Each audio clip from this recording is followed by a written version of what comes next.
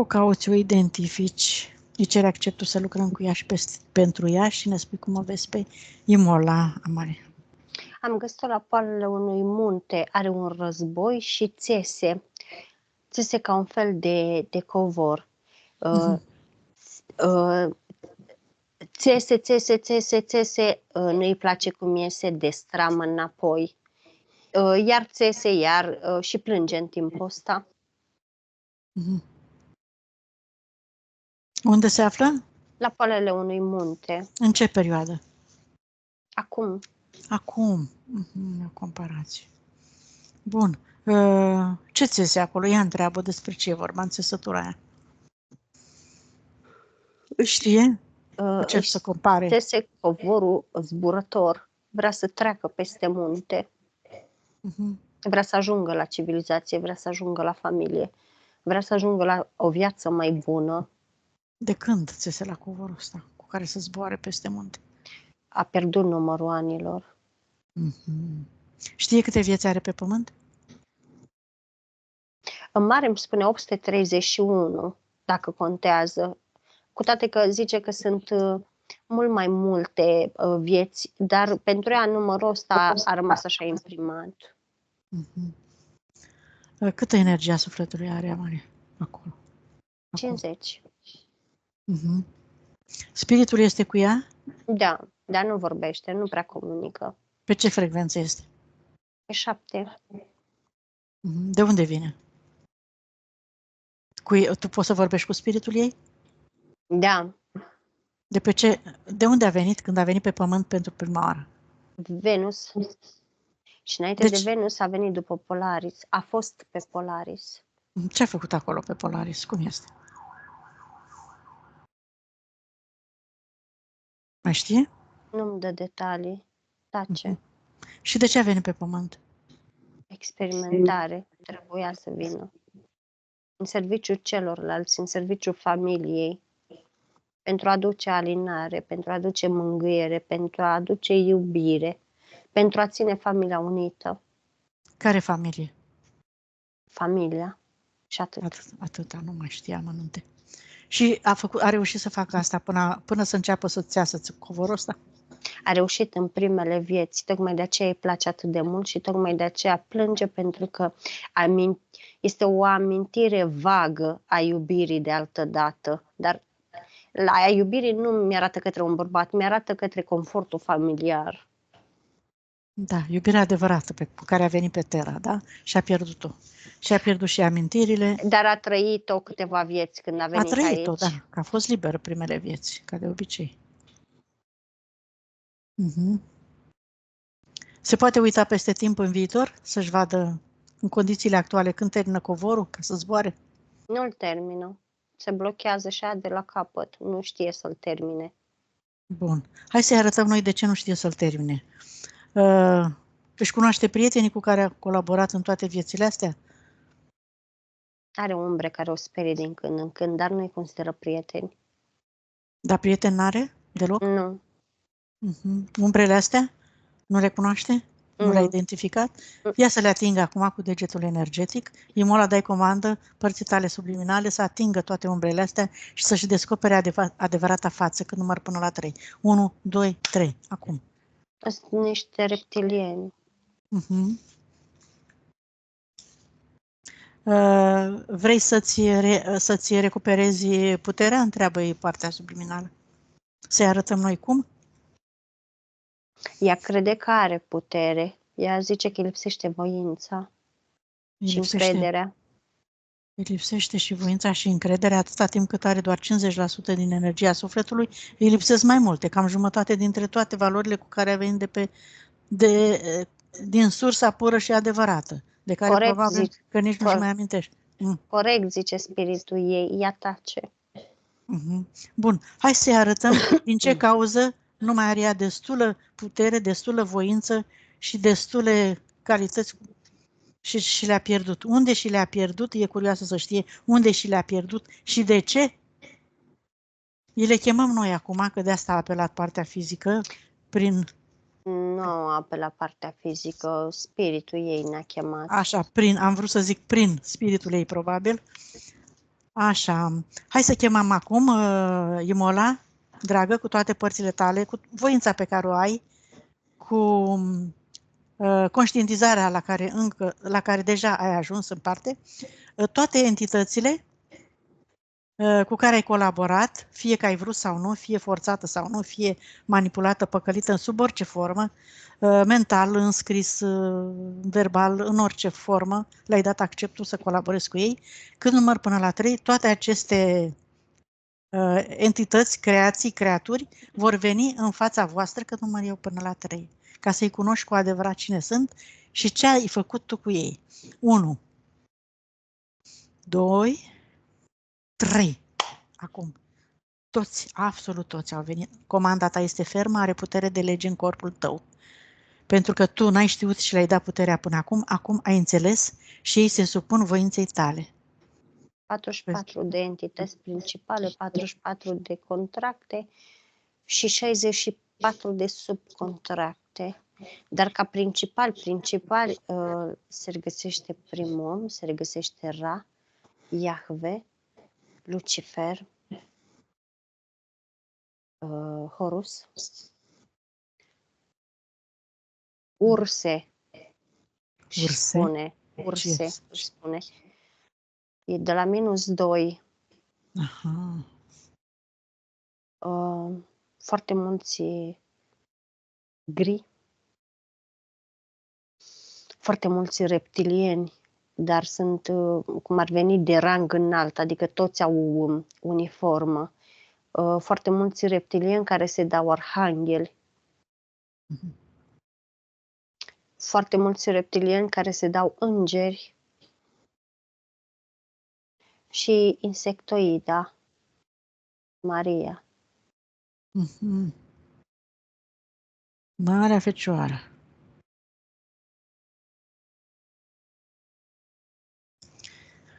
În ce constă contractele? Câteva informații. Lipsuri, nevoi, pierderi, distrugeri, autodistrugeri, obsesie, gelozie, supărare, amar, durere, oftat, opreliște, blocaj, iar durere, vină, vinovăție, regret, iar pierdere, faliment, osteneală, îngenunchiere, aplecare,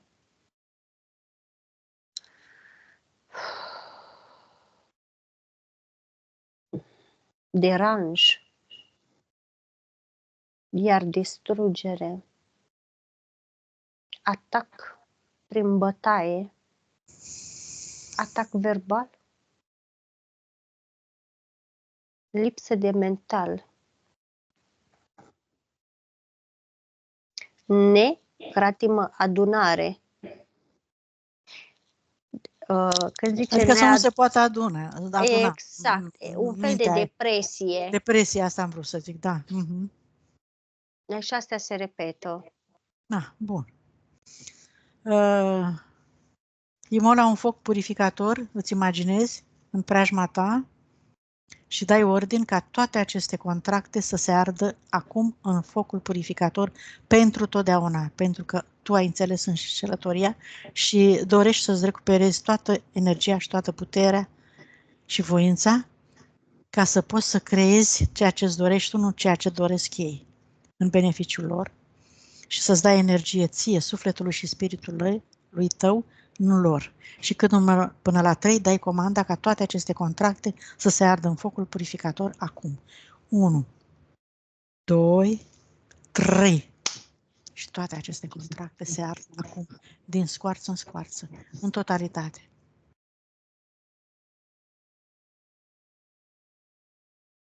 Da. A mai rămas cineva? Foarte repede au ars. Nu, în schimb am prins pe unul care încerca să fugă. Uitasem să pun cupola peste ei și fugea cu un contract de datorii. Și imediat mi-a făcut spiritul semn și am pus mâna pe el și l-am tras înapoi. Bine. Și l-a aruncat? Da, l-a ars. Da, ținea cu dinții de datoriile astea. Mhm. De toată viața asta a avut datorii. Asta cu datoriile o face să cedeze foarte multă energie. Da, Tocmai de aceea sunt era sigur. atât de important pentru Păi da. el să fugă cu el. Și grii și reptilienii și insectoizii au plecat? Absolut toți. Și Griilor, în schimb, le s-a luat acordul de a mai experimenta pe ea. au făcut ceva experiențe, nu? Da, Au rezistat hibrizii?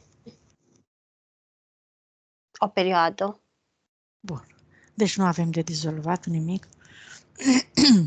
Hai să vedem atunci la scanare. Dacă au plecat toți, e perfect.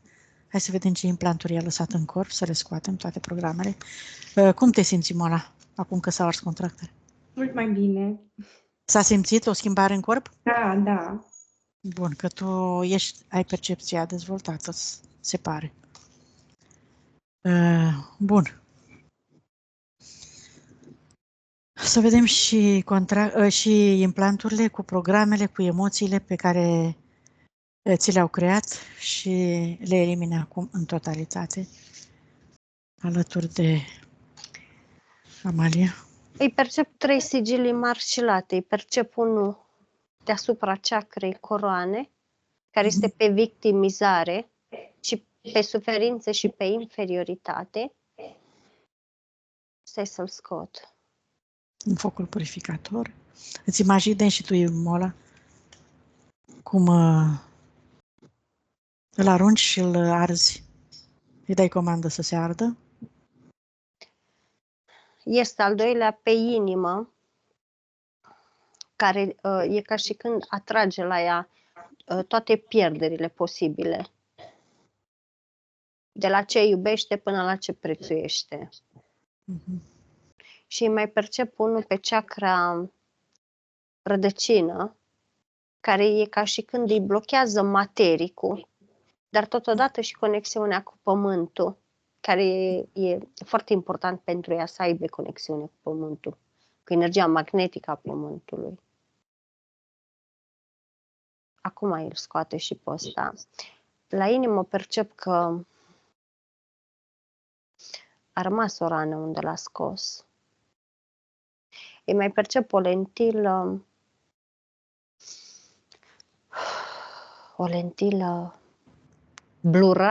blurantă, îmi spune spiritul meu, Îi blurează. la ochiul drept. O face să vadă dispreț la adresa ei. O face să vadă temeri la adresa ei.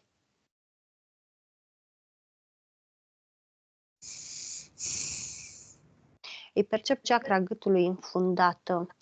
E ca și când, în momentul când nu poate să-și spună oful, să-și verbalizeze oful.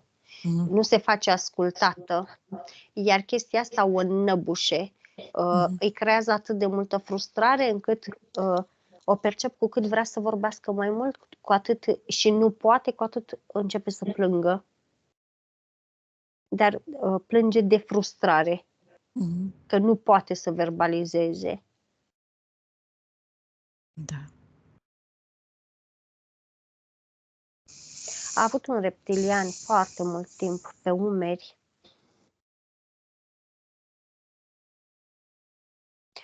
A avut și un gri cu ea foarte mult timp. Ăsta o înțepa.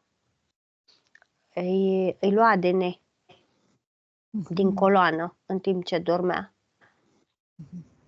În fizic se trezea tot timpul. Se trezea de fiecare dată când o înțepa, se trezea ba cu dureri de ceafă, ba cu dureri de coloană între omoplați sau la coccis. Depinde din zona în care îi lua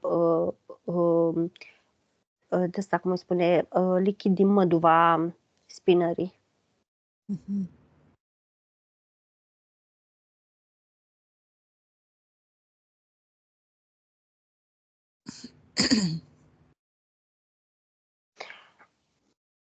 La picioare.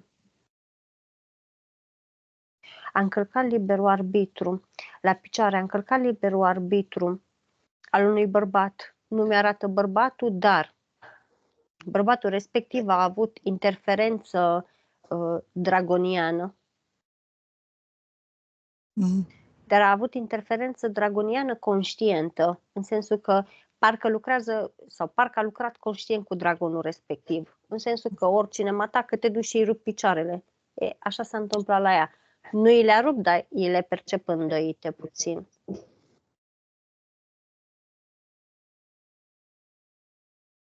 Acum mai șterge amprentele. Oricum, e ca și când la piciorul stâng are un fel de defect față de dreptul. Nu știu, orică e genunchiul mai într-o parte, orică piciorul stâng nu înseamnă că piciorul drept. Are Știi ceva de asta, Imola? Da, am avut o fractură de femur la piciorul drept și am o diferență de 2 cm între picioare. Aha, iată.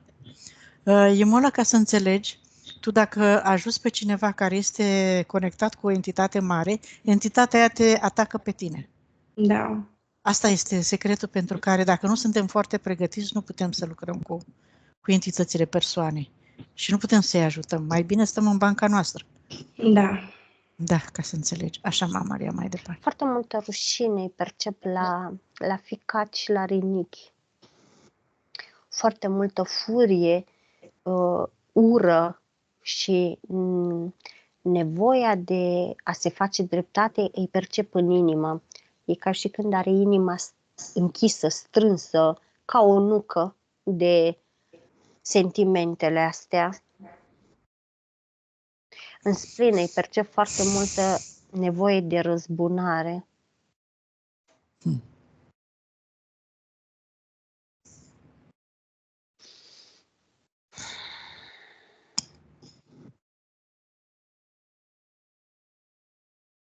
Nu-i percep avorturi. Păi a zis că n-are, parcă, da. Nici din altă viață nu le percep. Nu văd curtoane, nu văd amprente, nu văd nimic. În schimb, acum văd că i-a curățat niște amprente dintr-o hibridare reptiliană în uter.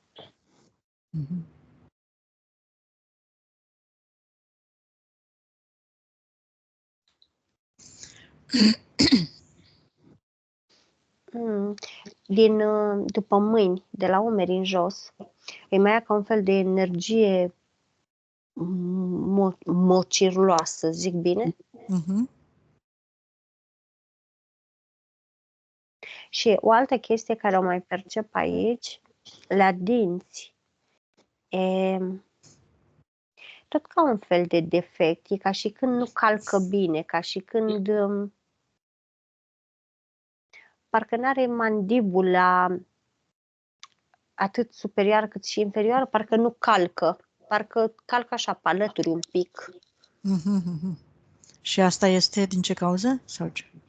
De la nevorbit, de la nepronunțat cuvinte, de la frica de a spune cuvinte. De a spune ce simte, ce gândește cu adevărat. Te deranjează ceva referitor la asta, Imola, știi ceva? Maxilarele tale? Nu, dar știu că am blocaj în a vorbi. Aha. Deci Dar din cauza asta s-a deviat și forma maxilarelor, se pare, Ilona. Imola, pardon. Bine, mai departe. Niște larve astrale curățe de la sâni, de la ambii.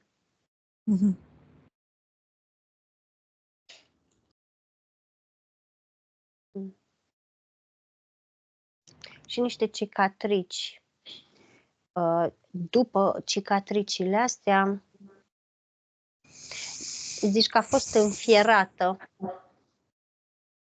E tot pe partea stângă, începând de la sub braț până jos la genunchi. Așa. Are foarte multe cicatrici din astea de fier încins. Arată cam cum arată vaccinul ăla de la avem noi aici pe umăr. Ai văzut urma aia așa rotundă? Da. E de la... din alte vieți? Din alte vieți, a fost torturată. Asta zic, da.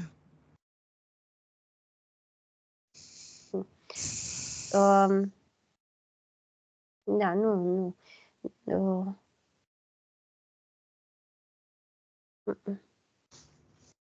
Nu mai mi-arată nimic. Bine, mergem la curățat linie de potențial de suferință. Datorii și pe pierderi, pe eșec și pe faliment. Foarte multe.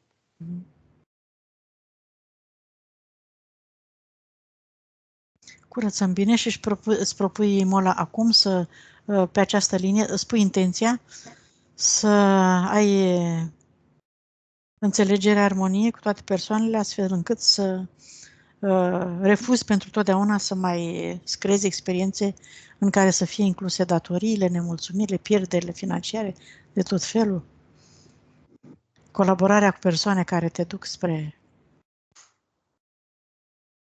astfel de situații și așa mai departe. Deconectarea de la egregoare și conștiințe colective, astrale inferioare apoi. Dar urmărește un pic acolo să vezi dacă și mai transmite părții subliminale să șteargă bine tot ce are din trecut, pentru că o aduce în suferință în corpul fizic prin astfel de experiențe.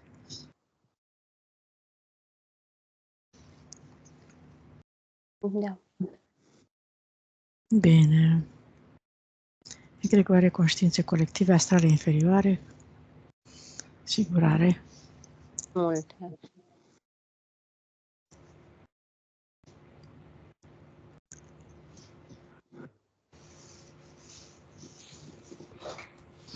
Percep că și fata era conectată la egregorul religios, adică egregorul ei religios avea conexiune și către fată și am deconectat și fata. Poate să trimită să curețe și câmpul acolo unde a făcut botezul, să e de acord.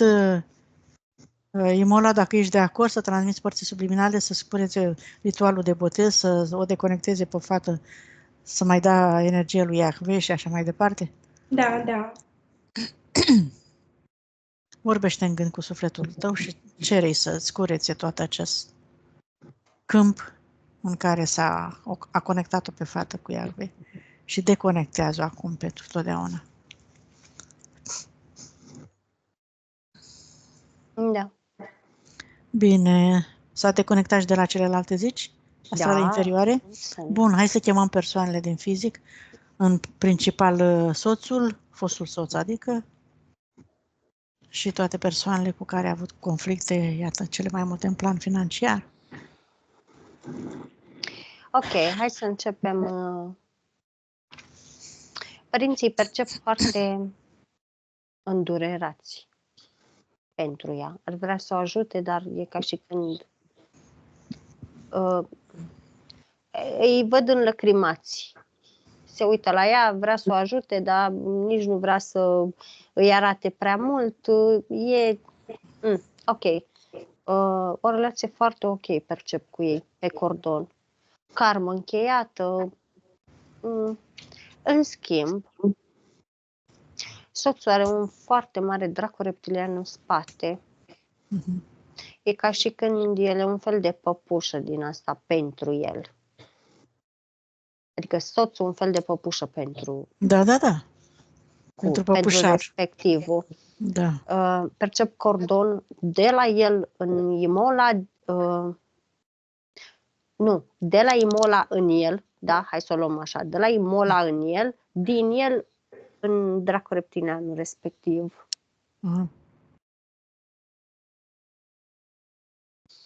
Fetița e afectată? Nu percep la fetiță, dar e ca și când se orientează către fetiță. Adică percep intenție ceva de genul, dacă nu-i mai dă mama, se va conecta la fetiță. Mama este îngrijorată de siguranța fetiței. Nu se întinde în siguranță în prezența lui din acest motiv. Iar energetic, ea a simțit în energetic, tocmai de aici și grijile ei în fizic. Fetița este sufletul străbunicii? Da, Mhm. încarnarea străbunicii. Încarnarea străbunicii. Tot venusiană. Și de ce a ales să vină la tatăl, acest tată? N-a ales neapărat să vină la acest tată, a ales să vină în familie, în special pentru ea.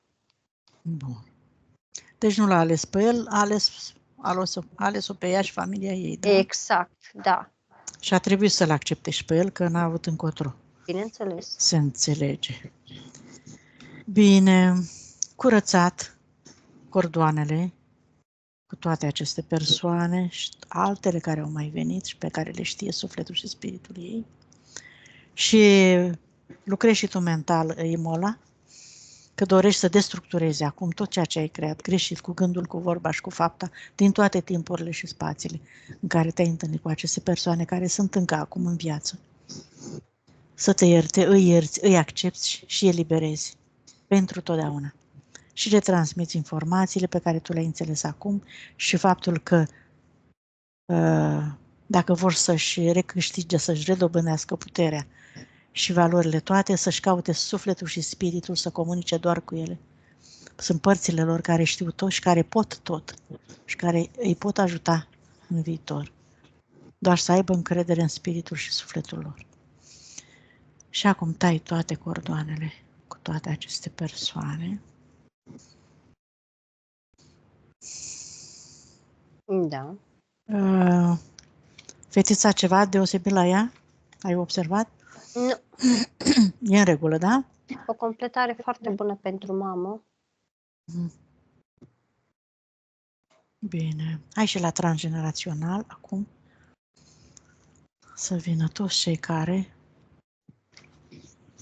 au făcut parte din viața ei, din viețile ei, din toate familiile ei, pe unde a trecut de când a plecat din sursă până în clipa de față și la fel transmiți, Simola, că dorești să destructurezi tot ceea ce ai creat greșit la adresa lor din toate timpurile și spațiile. Că vrei să cureți cordoanele, să cureți energia pe care tu ai creat-o și le-ai făcut rău. Și îți recuperezi astfel toată energia pe care ai lăsat-o pe acolo. Și o transformi în energie pură. Le transmiți și lor aceeași informație, oriunde s-ar afla, să-și caute sufletul, spiritul cu care au venit din sursă pentru a se recupera în totalitate. Așa cum au fost, ca suflet și spirit, din sursa pură, adevărată și conștiința universală. Îi eliberezi, îi ierți, îi accepti și eliberezi, acum pentru totdeauna. Îi ierți, îi accepti și eliberezi, te ierți, te accepti și te eliberezi. Ai încredere în ei, ai încredere în tine și în spiritul tău. Și tai toate aceste cordoane și dacă ceva ai văzut, Amalia, să-i transmiți ca informații, să o ajute. Foarte mulți după transgeneraționalul ei e ca și când au luat bani și s-au întors cu spatele și au fugit. Sau au însușit obiecte și au dispărut. Și sigur că a fost și ea implicată în energia asta și a purtat cu ea informația și amprenta conform și informația, dar ei s-a transformat oarecum și în karmă de plată. Ceva genul a plătit greșelile lor. Da. Da, în sfârșit. Așa, a tăiat toate cordoanele? Da. Hai, Imola, să vedem dacă îți percepi sufletul, că tu poți. Spiritul. Cheamă-ți spiritul și roagă să transmite-i că-l iubești, că ai încredere în el, că ai înțeles acum cât de important este să stai alături de spiritul tău, să nu-ți mai scadă atât de mult frecvența ca să te părăsească, că-l iubești și că e singurul care te iubește și te poate ajuta în experiență și dorești să stai alături cu el, să te atingă acum undeva pe corp ca să-l percepi, să-i simți prezența. Și să ne spui dacă îl percepi, dacă nu, nu e nicio problemă. Îl percep, adică a început să-mi bată inima foarte tare. De bucurie sau simți bucurie, bănuiesc, da? Bucurie, da. Foarte bine. Mulțumește pentru că te-a auzit și și-a acceptat să se întoarcă înapoi la tine și merge mai departe acum alături de el, să te conectezi cu energia pură a sursei și conștiinței univers. Conectarea cu energia pură a Pământului, pardon, după aia cu sursa. Te conectezi din centrul tălpilor tale, îți imaginezi două fascicule de energie alb strălucitoare care cresc, se adâncesc în centrul Pământului și se unesc cu energia pură a Pământului, cu acea sferă de energie luminoasă, strălucitoare, cu iubire și recunoștință pentru că te susține, pentru că ți-a oferit tot ceea ce ai avut nevoie pentru a trăi această experiență pe Pământ, aceste experiențe pe Pământ. Și mulțumești și îți imaginezi că ești un canal până în centrul capului tău, cu această energie din centrul Pământului. Și îți umpli cu această energie toate golurile rămase în urma eliminării implanturilor, cu această frecvență plăcută, armonioasă, iubitoare. Și din centrul capului un alt fascicul de energie se revarsă de jur împrejurul tău și caută frecvența sursei pure și conștiinței universale. Frecvența corespunzătoare. Unde îți cauți matricea originală și o îmbraci, cu toate valorile, calitățile tale, cu voința ta, cu puterea ta, cu încrederea în tine, cu iubirea de sine, cu tot ceea ce ai avut tu de la început, te întorci înapoi în corpul tău și îți recuperezi toate aceste energie, toate aceste valori în totalitate și le amplifici prin iubirea adevărată de sine și de sursa pură, de unde ai venit. Îți activezi memoriile și puterea inimii, accepti și integrezi energia feminină cu energia masculină. Îi dăm o comandă emisferelor dreapta și stânga Amalia să se împrietenească, să se îmbrățișeze, să colaboreze de acum încolo, să-și regleze frecvențele. Da. Și integrarea celor trei părți, suflet, spirit, minte. În inimă. Bun. Extindem energia în câmpurile ei și curățăm toate câmpurile ei de toate amprentele vechi, trecute, care au influențat-o, iată, să aibă astfel de experiențe neplăcute. Și de acum încolo este liberă să-și creeze, așa, și să-și regleze poziția câmpurilor după culoare, formă, mărime. Mergem să-i curățăm casa, partea ei, de energie, obiectele ei, spațiul ei. Închide un portal, da. La serviciu, Ai mașină, Imola? Nu te-am întrebat. De curățat? Bun. Ce mai e de curățat? Spații ceva? Atât. Nu am... Bine. Curățăm mașina, partea ei sau, mă rog. E a ta toată mașina? Tu o conduci? Da, da. Ok. Așa. Și vezi dacă mai aveți ceva deosebit, Amalia? Nu, e foarte multă energie grosiere a curățat după și din mașină. Toate emoțiile tale trecute, toate amprentele tale, toate frecvențele joase, umbrele, toate s-au șters acum în totalitate. S-a uniformizat energia ta, s-a reglat, s-a echilibrat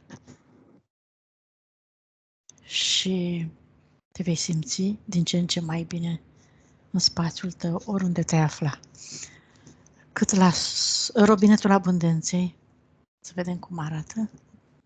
Robinetul abundenței curge, dar acum curge peste ea.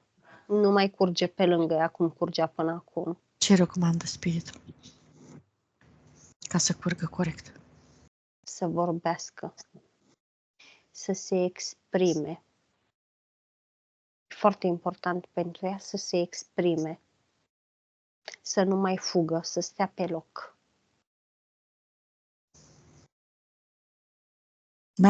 Mai vrea să trăiască pe pământ? Mai vrea să aibă experiențe pe pământ? Da. Da? Nu și l-a încheiat? Nu. Mhm.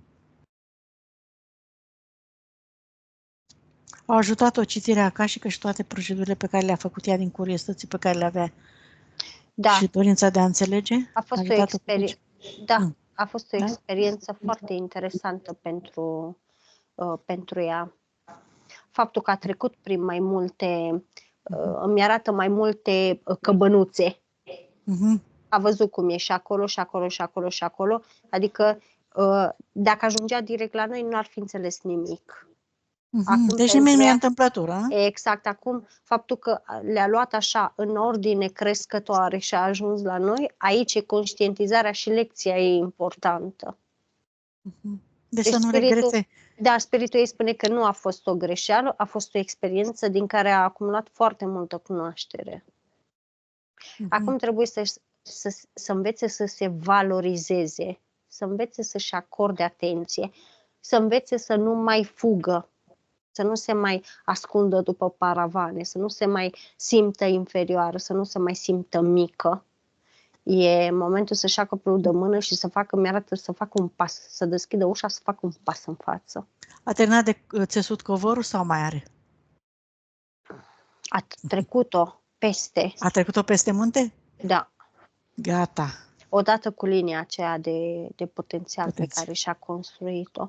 Și culmea, am mai văzut o tarabă acolo, dar nu...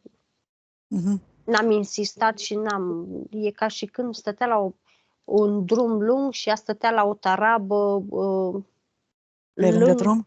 Pe lângă drum, dar era foarte fericită la taraba respectivă cu copilul lângă ea, dar pentru ea părea foarte relaxată.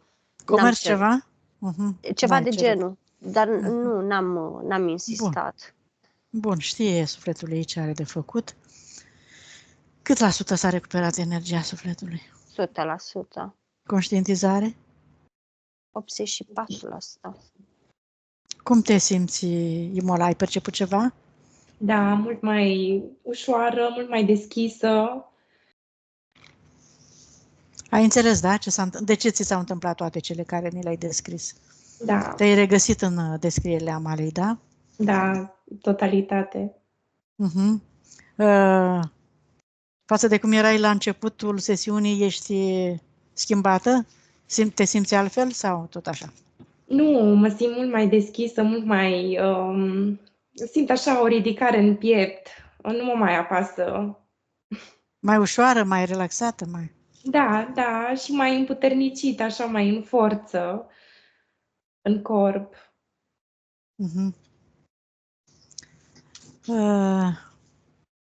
Nu mai puțin, Amalia, să vedem dacă e ceva. Cu numele soțului, dacă e bine să-l păstreze. Cât e de benefic? 22. Deci trebuie să-l schimbe, da? Da. Legătura dintre căței din viața ei, pe care i-a adoptat. Sunt spirite venite să o ajute să alchimizeze atacurile și energia grea din jurul ei. Dar una din ele, Alma, are cancer maxilar, care este scopul. Și cum ar putea să o ajute? Exact chestia care ți-am spus eu, că și ei am văzut maxilarul într-o parte. Da, i-a preluat din problemele maxilarului? I-a preluat 3/4 din problemele maxilarului ei. Asta e rolul câinilor în viața. Și cum ar putea să o ajute acum ca să-și scape cățelușa de medical? E vreo cale? Așa și așa. Exact așa îmi scrie. Așa și așa.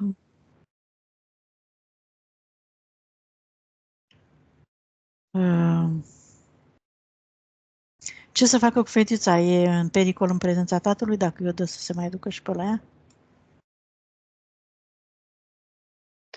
Nu percep pericol, dar nu mi-arată chestia asta, dar n-am perceput pericol.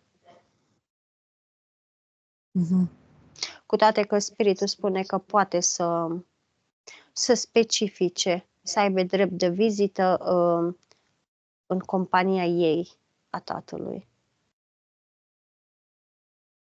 A fost implicat în spargerea magazinului de bijuterii? Nu intrăm în detaliile astea.